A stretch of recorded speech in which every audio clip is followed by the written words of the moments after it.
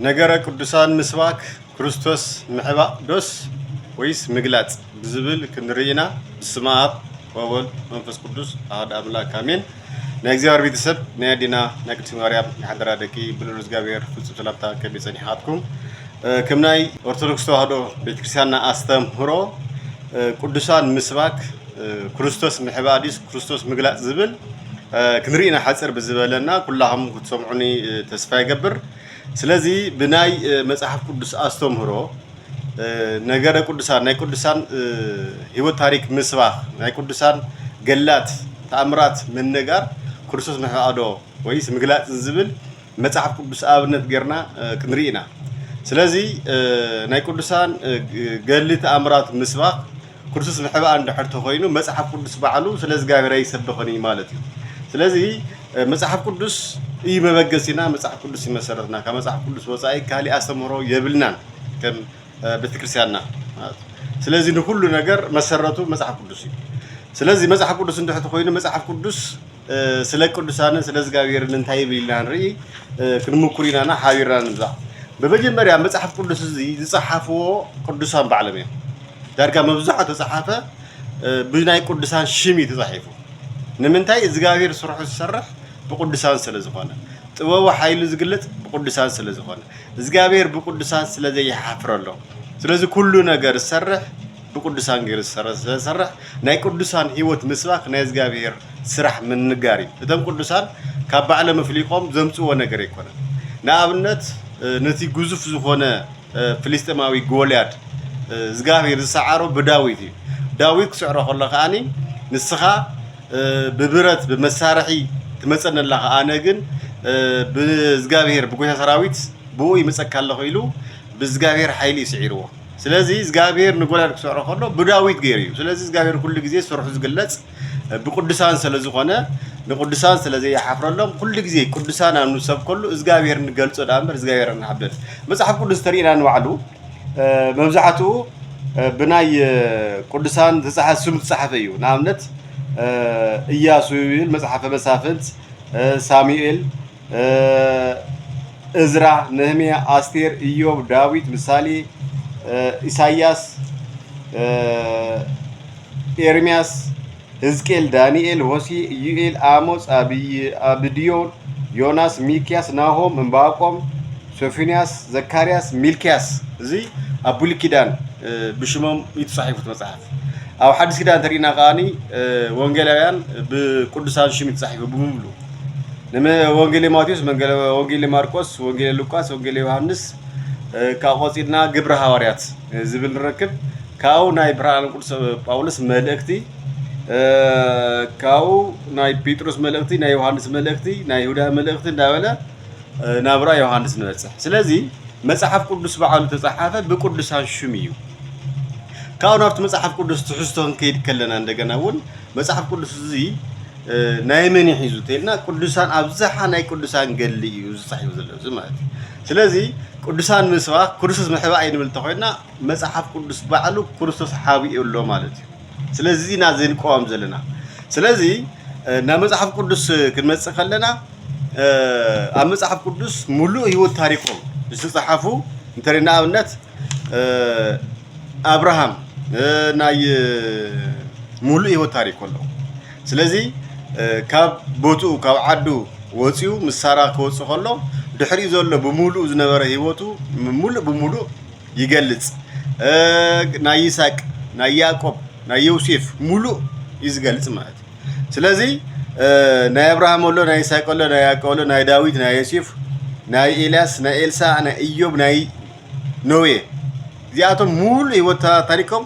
ተጻሓፈ እዩ ኣብቲ መጽሐፍ ቅዱስ ማለት እዩ። እንደገና ሓድስ ኪዳን ተመጺና ከዓኒ ናይ ሃና ታሪክ ኣሎ፣ ናይ ኤልሳዕ ስራሕ ኣሎ፣ ናይ መልከ ጸዲቅ ስራሕ ኣሎ። ግብረ ሐዋርያት ወይ ከዓ ናይ ሐዋርያት ስራሕ ዝበሃል ድማ ብሙሉእ ስለ ሐዋርያት እዩ። ናይ ሐዋርያት ገልዲ ዝገጠሞም ተጋንፎ፣ ናይ ብርሃን ቅዱስ ጳውሎስ ዝገጠሞ ተጋንፎ፣ ዝሰርሖም ስራሕታት፣ ዝገበርዎም ገልታት ብምሉኦም ዝገልጽ እዩ ግብረ ሐዋርያት ማለት። ስለዚህ መጽሐፍ ቅዱስ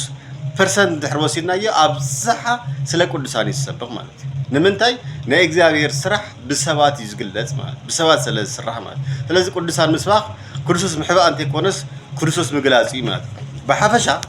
መጽሐፍ ቅዱስ ክነንብብ ከለና ንኣብነት ኦሪት ዘፍጥረት ክነንብብ ከለና ናይ ኖህ 39 ጊዜ ኖህ ዝብል ሽሙ ተጻሒፉ ኣሎ ኣብ ኦሪት ዘፍጥረት አብርሃም 169 ጊዜ ሽሙ ተጸዊዑ ኣሎ ማለት ይስሐቅ 74 ጊዜ ሽሙ ተጸዊዑ ኣሎ ያዕቆብ 163 ጊዜ ሽሙ ተጸዊዑ ኣሎ ዮሴፍ 142 ጊዜ ሽሙ ተጻሒፉ ኣሎ ኣብ ኦሪት ዘፍጥረት ጥራሕ ብድምር ናይ ዘም ቅዱሳን ሽማት ተጻሒፉ ዘለዉ 587 ጊዜ ናይ ቅዱሳን ሽም የልዕል ናይ እግዚአብሔር እንተልና ከኣኒ 291 ጊዜ እግዚአብሔር ዝብል ናይ እግዚአብሔር ሽም ይጽዋዕ ማለት ስለዚህ ኦሪት ዘፍጥረት እግዚአብሔር ሓዊኡ ክንብል ንኽእል ዶ ስለዚ ወይ ከኣኒ ቅዱሳን ምንጋር ናይ ቅዱሳን ህይወት ምዝራብ መጽሐፍ ቅዱስ ወጻኢ እዩ ክንብል ይንኽእል ስለዚ መጽሐፍ ቅዱስ ኢትበገስ መጽሐፍ ቅዱስ በዓሉ ስለ ቅዱሳን ስለዝሰብክ ቅዱሳን ምስባኽ እግዚአብሔር ወይ ክርስቶስ ምሕባእ ስለዘይኮነ ማለት እዩ ኣብ ኦሪት ዘጸአት እንድሕር መጺና ድማኒ ሙሴ 262 ጊዜ ሽሙ ተጻሒፉ ኣሎ አሮን 109 ጊዜ ዮሴፍ 4 ጊዜ ድምር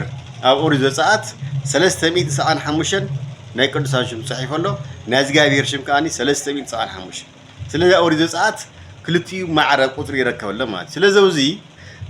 ታይና ሃንበለ እዚ ኣብ መጽሐፍ ቅዱስ ኣቲና ማለት ስለዚ በደንቢ ምስተውዓል የልዩ እዩ ከይንታለል ስለዚ መጽሐፍ ቅዱስ እዩ መበገሲና ሃንብል ከለና መጽሐፍ ቅዱስ በዓሉ ስለ ቅዱሳን ስለዝሰብኽ ስለ ቅዱሳን ምስባኽ ድማ ስለ እግዚአብሔር ስለዝሰብኽ ምክንያቱ ሰብ በዓሉ ካብ በዓሉ ምንም ክንገብር የከልም ብዘይ ናይ እግዚአብሔር ሓይሊ ስለዚ ንሓደ ደካማ ዝኾነ ሰብ ሓይሊ ረኺቡ ክሰርሕ ከሎ እግዚአብሔር ኣብ ሓዲሩ ይሰርሕ ኣሎ ማለት ስለዚ ናይቲ ቅዱሳን ገሊ ከምዚ ገይሩ ሰሪሑ ኣሸኒፉ ዝውፅእ ክባል ከሎ ብናይ እግዚአብሔር ሓገዝ ናይ እግዚአብሔር ሓይሊ እዩ ዝግለጸሉ እምበር ናይቲ ሰብ ኣይኮነን ስለዚ እግዚአብሔር ምሽፋን ኣይኮነን ማለት ኣብ ቀዳማይን ካልኣይን ሳሙኤል ተሪእና ሃና 12 ጊዜ ሽማ ተጻሒፉ ኣሎ ሳሙኤል 108 ጊዜ ዳዊት 574 ብድምር 694 ናይ እግዚአብሔር ከኣነ 1503 ጊዜ ተጻሒፉ ኣሎ ማለት እዩ ስለዚ ኣብ ሓድስ ኪዳን ተመጺና ከኣኒ ኣብ ወንጌል ማቴዎስ ወንጌላዊ ቅዱስ ዮሐንስ 26 ጊዜ ድንግል ማርያም 8 ጊዜ ቅዱስ ጴጥሮስ 24 ጊዜ ድምር 58 ጊዜ ኢየሱስ ዝብል 161 ጊዜ ኣብ ማርቆስ 25 ወንጌላዊ ዮሐንስ ድንግል ማርያም 1 ጊዜ ቅዱስ ጴጥሮስ 20 ድምር 46 ኢየሱስ ዝብል 9 ጊዜ ኣብ ወንጌላዊ ሉቃስ ወንጌላዊ ዮሐንስ 31 ጊዜ ድንግል ማርያም 11 ጊዜ ቅዱስ ጴጥሮስ 19 ጊዜ ድምር 51 ኢየሱስ ዝብል 96 ጊዜ ማለት ኣብ ወንጌላዊ ዮሐንስ 19 ጊዜ ድንግል ማርያም 3 ጊዜ ቅዱስ ጴጥሮስ 22 ጊዜ ድምር 54 ኢየሱስ ዝብል 242 ጊዜ ሽም ተጻሒፉ ኣሎ ከከመድላይነቱ ናይ ቅዱሳን ሽም ዘይብሉ ናይ ቅዱሳን ሽም ዘይሰብኽ ናይ መጽሐፍ ቅዱስ ክፍሊ የለን ኣብ መጽሐፍ ቅዱስ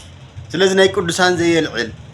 የለን ሙሉእ ብሙሉእ እግዚአብሔር ጥራሕ ሽም ዘልዕል ኣይኮነን ስለዚ ናይ ቅዱሳን ክልዓል ከሎ ከኣኒ እግዚአብሔር ይግለጸሉ እግዚአብሔር ይኸብረሉ ምክንያቱ እግዚአብሔር ብቅዱሳኑ ስለዚ ይሓፍር ማለት እዩ ብጣዕሚ ዝገርም ኣብ ናይ ግብረ ሃዋርያት እንተሪእና ኣብ ግብረ ሃዋርያት ጥራሕ እንተሪእና ናይ ቅዱስ ጳውሎስን ናይ ኢየሱስ ዝብል ሽም ክርእ ከለና ኣብ ግብረ ሃዋርያት 106 ጊዜ ናይ ቅዱስ ብርሃን ዓለም ቅዱስ ጳውሎስ ሽሙ 106 ጊዜ ተጻሒፉ ንረኽቦ ማለት እዩ ኢየሱስ ዝብል 69 ጊዜ ስለዚ ኣብ መጽሐፍ ቅዱስ ዘሎ ግብረ ሃዋርያት ክርስቶስ ሸፊኑ ዲና ንብል ንኽእል ማለት እዩ ወይስ ታይ ስለዚ ቅዱስ ጳውሎስ ዝብል 106 ተጻሒፉ ማለት ክርስቶስ ተጻሒፉ ኣሎ ማለት እዩ ምክንያቱ ብርሃን ዓለም ቅዱስ ጳውሎስ ብናይ ጎይታና ኢየሱስ ክርስቶስ መሪሕነት ናብቲ ኣገልግሎት መጽኡ ስለዚ ክሰርሕ ከሎ እውን በኢየሱስ ክርስቶስ ሓገዝ ይሰርሕ ነይሩ ብሙሉእ ስርሑ ናይ ብርሃን ዓለም ቅዱስ ጳውሎስ ናይ ክርስቶስ ናይ እግዚአብሔር ስራሕ እዩ ቅዱስ ጳውሎስ ናይ እግዚአብሔር ምርጥ ኣቕሓ ዝተመረፀ ኣቕሓ ኮይኑ የገልግል ነይሩ እምበር ኩሉ ነገር ካብ በዓሉ እዩ ኢልካ ይስበኻን ስለዚ ድሒሩ ዘሎ ቅዱሳን እውን እቲ ስራሕ ምስኦም ቆፂሉ ንኣብነት ጎይታና ኢየሱስ ክርስቶስ ክዓርግ ከሎ እንታይ ኢልዎ ስለዚ ኪዱ ኣብ ዓለም ስቦ ኸይሉ ኣብ ኩሉ ሓይሊ ሂቦም ዕንቅሪ ክትረግጹ ኢኹም ተመን ክትጭበጡ ኢኹም መርዚ ሰትዩ ኣይቀትለኩምን ስለዚ ኣነ ካብቲ ዝገበርኮ ተኣምር ዝበለፀ ክትገብሩ ኢኹም እስካብ ፍጻሜ ዓለም እስካብ መጨረሻ ዘመን ኣነ ምሳኹም ኢልዎ ስለዚ ምሳኹም ይክብሎም ከሎ ሃዋርያት ክሳብ ፍጻሜ ዓለም ክጸንሐ ማለት ኣይኮነን ስለዚ ሃዋርያት ኣብ ዝነበሩሉ ዘመን እግዚአብሔር ጎይታና ኢየሱስ ክርስቶስ ኣብ ሃዋርያት ሓዲሩ መንፈስ ቅዱስ ልኢኹ أو هوارات تسرح نيرو بزحت أمرات قبرو نيرو مالت دحري زلوا دحر هوارات كان سكات تسامي عالم اتقل أي كوارث سلازي مصحف قدس طرحنا نبل ندحر كوينا مصحف قدس طرحنا من تخوينا دحر هوارات كريستنا يقصلن مالتي دحر كريست دحر هوارات قلات ويدماني تأمرات يلن تيلنا سناي كريستنا هيوت يلن مالتي من هاي كريستنا هيوت بملو جنبيرنا كسكاو ود حد سب بقليو مغنياتو ابز عالم زي نعنا زصرر سيطان له نعو شنفنا هنا عاوز نركب نخال اتنا مجرش حيوت نورس نخال سلازي اتقلات اتتأمرات زغابير املاخنا غويتنا يسوع كريستوس كسكاب تصامي عالم مسخم يقول كله حوارات كحلف كله حوارات تقوى مبوتات مسوم يسرح لا تتخاخو حالي لك باس انت خالي لك باس شوم كله تلك باس كان كان شوم كله كان ዲያቆናት ሸም ኮሎ እትካን ካኒ መመናን ከጥምቅ ኮሎ ኮሙን ዳገርስ ካብ መጨረሻ ዓለም ይጸንሕ ስለዚ አነ ካብቱ ሰራሕ ሆነ ለዓሊ ንስኻት ሰሪሕም ኩሎም ኮሎ ንሃዋርያት ስለዚ ካባይ ተወልጨም እንዲዝሎም ዘሎ ስለዚ አፍቱ ምድሪ ብስጋ ተገሊጽ አነ ካብ ዝገርኮ ተአምር ብለዓሊ በአኹም ሰራሕ ተአምር ከበልጽ እዩ በቅዱሳን ሰራሕ ተአምር ከበልጽ እዩ በዘመን ተሪና ጎይታና ኢየሱስ ክርስቶስ 33 ዓመት ዝምድር ዝጸንሕ ኮሎ ኣብ አገልግሎት ዝጸንሐለን 3 ዓመት راحين 30 ዓመት ገና እዩ ነይሩ ኣብ 30 ዓመት ተጠሚቁ ድሕሪ አገልግሎት ጀሚሩ ማለት ኣብ 30 ዓመት ውሽጢ ይም ተናገታ ኢየሱስ ክርስቶስ ኣብ ዝምድር ዝነበረለን ብስራሕ ዝገለጸለን ድሕሪ ዘሎ ግን ስካብ ምጻብ ዓለም ዘሎ ዝስራሕ ተኣምራት ግን ኣብ 3 ዓመት ካብ ተሰርሐን ላዕል ከበልጽ ማለት ናኣብነን ተሪና ጎይታና ኢየሱስ ክርስቶስ ዝምድር ዝንዳሃለወ ኣብ 3 ዓመት ዝኣክል ኣስተምሩ 120 ቤተሰብ እዩ ኣሚኑ ናይ መጨረሻ ተረፉ ኩሉ ሰብ ዝቅተል ዝነበረ ገሪፎ ኸድ ከሎ እስካብ መጨረሻ ጸኒዖም ዝተኸተልዎ 120 ቤተሰብ እዩ ስለዚ መንፈስ ቅዱስ ሐዋርያት ምስ ወረደ ግን በሓደ ጊዜ 3000 በሓደ ጊዜ 5000 ይጥምቁ ነይሮም ስለዚ በሓደ መዓልቲ ኩሉ ድሕረ ጥሚቆም ሐዋርያት ንምንታይ እዩ ጌታና ኢየሱስ ክርስቶስ ኣብ 3 ዓመት ኣክንዲ ዝኣክል ስለዚ ናይ ሐዋርያት ዲበሊጹ መጽሐፍ ቅዱስ ባዕሉ ይነግረና ማለት ነገር ግን ኣብ ዝርእ ከለና እግዚአብሔር በሐዋርያቱ ገይሩ በቅዱሳን ገይሩ ዝሰርሑ ስራሕ ድንቅ ስራሕ መዃኑ ስለዚህ መጽሐፍ ቅዱስ ሰፊር እንደሆነ ንሱ መዃኑ ክንአምን ይግባ ስለዚህ ቅዱሳን ምስባኽ ስለ ቅዱሳን ነገር ምንጋር ክርስቶስ ምሕባ አንተ ይኮነ ክርስቶስ ምግላጽ መዃኑ ክንአምን ይግባ እንደገና ወን ለእግዚአብሔር ቃል ዝነገሩኩም መራሕትኩም ዘክርዎም አሰረ ነው ተብሳዓው ክብልና ከሎ ስለዚህ እትናቶም ገላት ዘይተነገርና እትናቶም ህይወት ዘይተነገርና ንክርስቶስ ከመገርና ኢና ንሕና ፈርና ንገልጸሉ ስለዚህ ኩሉ ጊዜ ንሕና ናይቶም ቅዱሳን ህይወት ክንገርና ከሎ ንዝጋብሔር ከመገርና ከምቲ ቅዱሳን ንዝጋብሔር ሕጉሶም እዮም ናቱ ፍቃድ ፈጺመም እዮም እትገሎም ኩሉ ወዲኦም እዮም ስለዚህ ትንሶም ዝኸድዎ መንገዲ ንሕና ክንከይድ ምእንትን እትንዖም ዝገጠመን ፈተና ኢና ንገጥመና ኣብኦም ዘይወረደ መከራ ኣብኦም ዘይበጽሕ ፈተና ንዓና ፈተና ይበጽሕና ስለዚህ ታይና ንገብር ንሕና ፈተና ክበጽሕና ከሎ ካብ ቤተሰብ ክኾን ይኽእል ካብ ባዕልና ዝመጽእ ፍትወት ስጋ ኣሎ ካብ ካሓድቲ ነገስታት ኣሎ ካብ መናፍቃን ኣሎ ካብ ኣሕዛብ ኣሎ እዚ ፈተና እዚ ክመጽና ከሎ ከመይ ጌርና ንሽንፎ ዝብል ከመይ ጌርና ኢና ንሕና ካብ ሃይማኖትና ከይወጻና እታ ቀንዕቲ ዝኾነት መንገዲ ሒና ናብ ክርስቶስ ናብ እግዚአብሔር ንበጽሕ እንተልና ናይቶም ቅዱሳን ህይወት ኢና ንርኢ ማለት ስለዚ እቶም ቅዱሳን ከምዚ ገጥሞም ከሎ ብኸመይ ሓሊፎም ስለዚ ብጸሎት بتجادلو بتعجستي لتمكرا بتجاب بمقبع سلازي ناي قدسان هيوت كنجرنا كله أنت أي تقومون دحريلنا هذا تم قدسان كريستوس رخيوموس كاب متشرشاس كاب حلفة زمانهم كريستوس تقاتلهم يعني سلازي نحنا دماني كريستوس تقبلنا بكريستوس آمنا تتأمينا هيوت قاتل كله اتزجت منا هيوت فتنا بجنزب مغنياتي وبستفعلالي مغنياتات فتنا قطمنا خلو كافت فتنا نس زنبل كينبل كافتنا كريستوس منقد كينوتس مس كريستوس نبرنا حورات نخيف فلال بمخارب بمكرا مغنيات اتناهاتهم هيوت كمي جرم سكام مجرش هتصنيعهم سكن كريستوس تختيلهم سكام مجرش مغنيات مصحف قدس عايزبل سكام مجرش هتصنع نسيو تزعوت اكل زركت جمير زو قارص يكون سلا جميرا غنه كاين قارص منت نايتم حواريات نايتم قدسان بمولم قدسان إلنا نصوعهم بقدس ቤተክርስቲያንና ናተም ህይወት አና ወሳኒ ማለት ስለዚህ ንሳቶም ሁሉ ነገር ሐሊፎም የመሽኒፎም በገንዘብ ተደሊሎም በስልጣን ተደሊሎም ሁሉ ነገር تحت ክርስቶስ እዩ ካብ ክርስቶስ ተብሊጽናን ገንዘብ ይንግዛን ካብ ክርስቶስ ተብሊጽናን ስልጣን ይንግዛን ካብ ሰማያዊ ነገር ንምድራዊ ይንግዛን ይለም እስከ መጨረሻ ጸኒዖም أشنيفهم መንግስት አምላክ ስለዝወረሱ ንሕና ድማኒ እቲ ናቶም ህይወት ንዓና ክነገረና ከሎ ከመይ ጌርና ኢና ካብ ክርስቶስ ከይተፈለና እስካብ መጨረሻ ንጸንዕ ምክንያቱ እቲ ናቶም ህይወት ሙሉእ ብሙሉእ እቲ ናይ ክርስቶስ መንገዲ ክርስቶስ ነውፅሐሉ መንገዲ ስለ ዝኾነ እቲ መንገዲ ንሱ ንዓና የልየና እዩ ምክንያቱ ከይድና ኣብ መንገዲ ከይንዕንቀፍ ዲያብሎስ ከየታለና ምእንትን እቲ ናይ ቅዱሳን ህይወት ንዓና ብጣዕሚ ጽኑዕ ስለ ዝኸውን ናይ ቅዱሳን ህይወት ወሳኒ እዩ ማለት እዩ ብስሩ እውን ምስ እግዚአብሔር ዘፋለጥና ናይ እግዚአብሔር ሽም ሰቢኾም ዝነገሩና ቅዱሳን እዮም ስለዚ እቶም ቅዱሳን ንዓና ምስ ክርስቶስ የራኸውና ናይ ክርስቶስ ሽም በዓሎም ብመጽሓፍ ጽሒፎም መጽሓፍ ጽሓፈ ድሕሪ ጽሒፍ ወይተን ኢየሱስ ክርስቶስ ምስ ዓረገ ድሕሪ 100 ዓመት ዘሎ ኣብቲ 100 ዓመት አካባቢ ዘሎ እዩ መጽሓፍ ጽሒፍ እምበር ቅድሚ መጽሓፍ ኣይነበረ ስለዚ እዚ መጽሓፍ ቅዱስ ኢልና ንምክሕሉ ዘለና ሃዋርያት ጽሓፉልና እዩ ቅዱሳን ጽሓፉልና እዩ ድሕሪ ዘለዉ ኩሎም እንዳጽሓፍ ይኸዱና ናይ ሃዋርያት ናይ ቅዱሳን ጉዕዞ ብሙሉእ ቅዱሳን ኢልና ሃዋርያት ኣለዉ ሰማዕታት ኣለዉ ብሙሉኦም ቅዱሳን ተባሂላ ቤተክርስቲያን ተሰብኮም ንሳቶም ስለ ዝኾኑ ናቶም ህይወት ንዓና ወሳኒ ምዃኑ ክንኣምን እቲ ናቶም መንገዲ ናብ ክርስቶስ ዝወስድ መንገዲ እስካብ ፍጻመ ዘጽንሕ መንገዲ እምበር ኣብ መንገዲ ዘትርፍ ኣይኮነ ስለዚ እዚ ኣሚንና ኢና እዚ ክንምሃር ዝግበአና بقدسان كن حفر يبلنا ناي قدسان شم نمصوع كن حفر يبلنا ناي قدسان قلاتهم مسمع كن حفر يبلنا كحفرنا زقبا قل بتن قدسان آميننا قلهم آميننا تنايولنا سمعنا بوتناي قدسان هي وتمنقد زين خرج متحركينا تناي قدسان نسوم بفتسمو بقبر زين فتسم متحركينا سلازين سينايشم كريستيان تخوينا أزم حفري سلازين ناي قدسان هي وتنعنا هي وتنا أيو كندحن تخوينا تاني مجرش دحنت نوس دلا نرخ ولا اتنا مجمريا دحنت بناي غويتنا يسوع كريستوس امسكل زخفل لنا واغا بنصا دحينا اينا بصقا دحينا اينا سلازي دحري زلو دحنت كالمو يسو مجرشا كريستوس فرد دكون لنا سلازي هيوتكم كمي نيرو كريستناهم كمي نيرو تواهيلو فرد دكون كلنا مستم قدساينا دكون تخوينا نتم قدسان هيوت كنكتللنا تمسم صحو صراح كنسرح سلازغباينا ناي قدسان تمرتي وسان مخانو كنا أمني زقبا ناو كرسوس نخنو هتصحيلنا أنا ناي كردسان هيوت نناقر مبر نايز غافير شم نزيم تصوح نايز غافير شم نمحبا تباهي ليكونا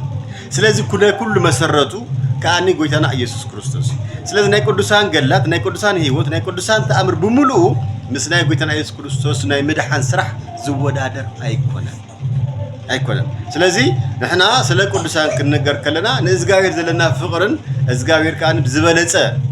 أبانا بهوت نهنقرصو نايتم قدسان هيوت نعنا يلينا سلازي زي كنستوعب لي قبا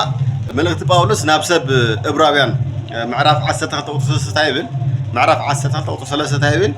ما أنت كيتدغمون بنفسهم كيتحللون نتي كحاتان أبرسو كندز أكل متصرات زستعجسه ويكأتصر ذكروا